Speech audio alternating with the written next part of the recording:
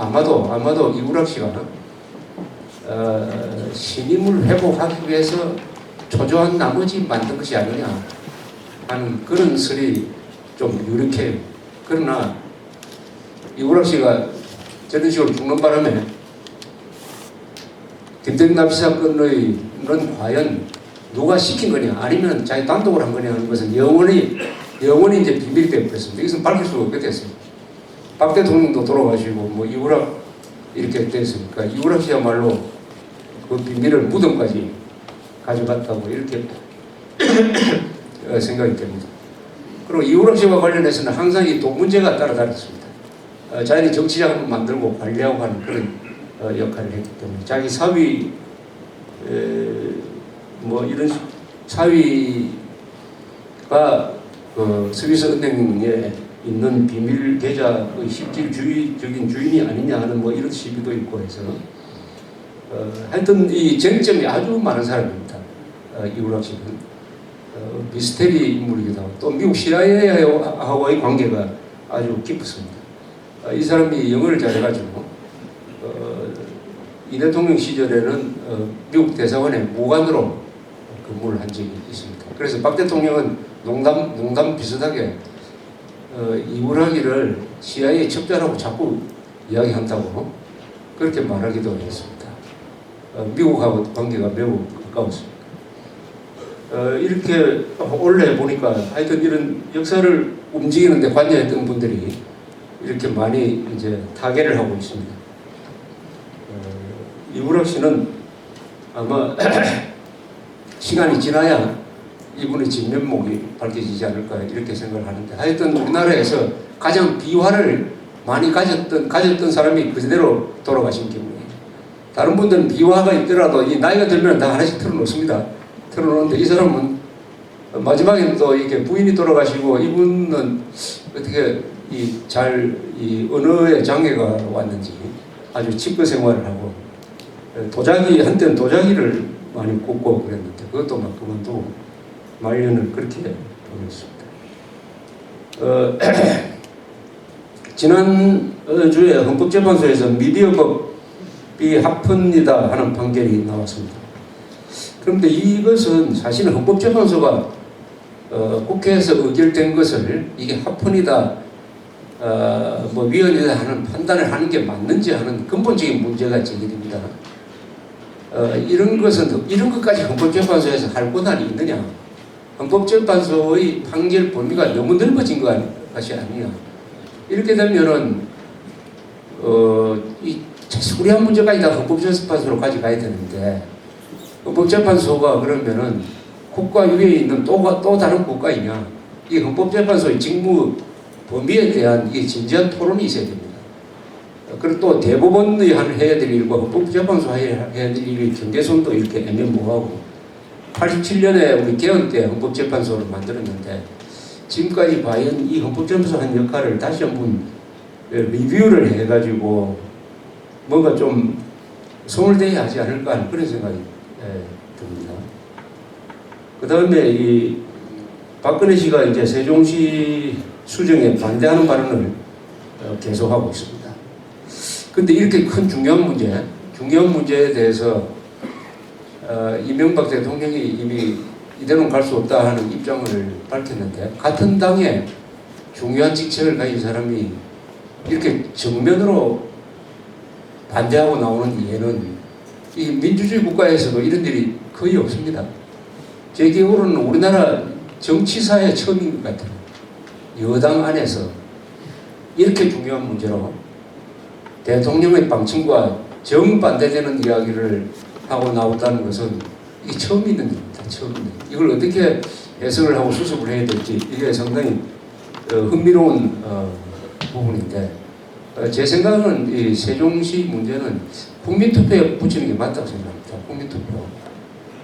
이게 당파끼리 정당끼리 이렇게 해결하면은 시간도 늦어지고 그 다음에 해결된 다음에 이게 승복이 안 되는 거예요. 그렇다면 국가 안위에 관한 중대사안은 국민투표에 붙일 수 있기 때문에 국민투표에 붙여가지고 국민 전체의 의사로서 판단을 하면은 무효도 없는 거 아니냐. 이게 도청 소지지를 결정하는 것은 도민 투표를 할 수 있지만 이 수도를 분할해가지고 9개, 13개군요. 13개 부처를 옮기는 것은 수도를 분할하는 문제니까 이것은 담합으로 될 일이 아니다. 국민투표를 해서 딱 결정해야 된다라고 생각합니다. 그리고 국민투표하는 건 쉽지 않습니까? 요새 뭐 국민투표하는데 공유를 할 필요 없고 신속하게 잘 되게 돼 있어요. 그래서 국민투표를 많이 활용할 필요가 있다. 다만 우리 헌법에서 국민투표에 붙이느냐 여부는 대통령만 결정합니다. 대통령이 국민투표 부의권이라는 권한을 가지고 있습니다. 오늘 미국 정부에서 여성으로서 미국 노동부에서 차관보로 일했던 전신의 여사람 분하고 이렇게 만나서 이야기를 해보니까 미국에서는 중앙부처는 전부 워싱턴에 있습니다. 워싱턴에 있고 또 백악관과 그 국회의사당 그 근방에 다 모여 있어요. 그래서 한 10km 범위 안에 다 들어가 있답니다.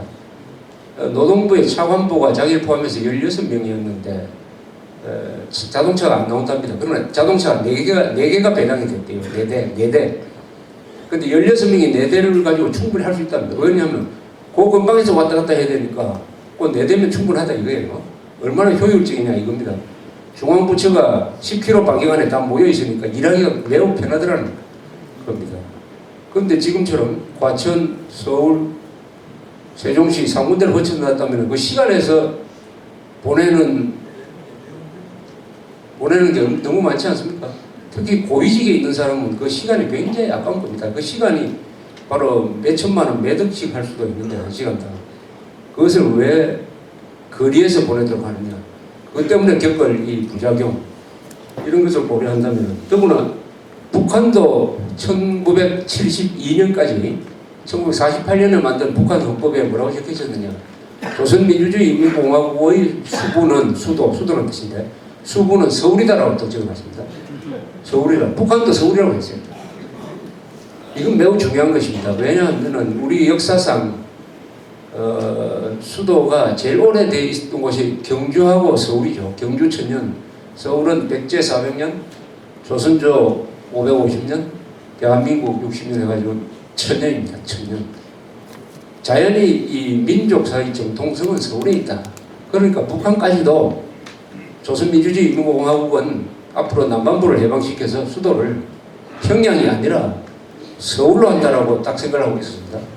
그것은 거꾸로 뭐냐? 이 서울을 차지한 대한민국이 민족 사이 정통성이 말뚝 박힌 곳에 있다 하는 것을 인정한 거죠. 따라서 북한 정권은 지방 정권에 불과한 것이다. 스스로 인정한 겁니다. 그러다가 72년에 헌법 개정을 해가지고 평양이라고 바꿔버렸어요. 근데 우리가 수도를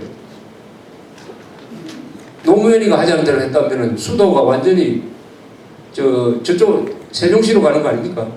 그러면 우리 스스로 민족사의 정통성이 바뀐 말뚝을 뽑아가지고 충돌을 한다는 것은 북한에 대한 우리의 우월적 지위를 스스로 포기하는 것이었습니다.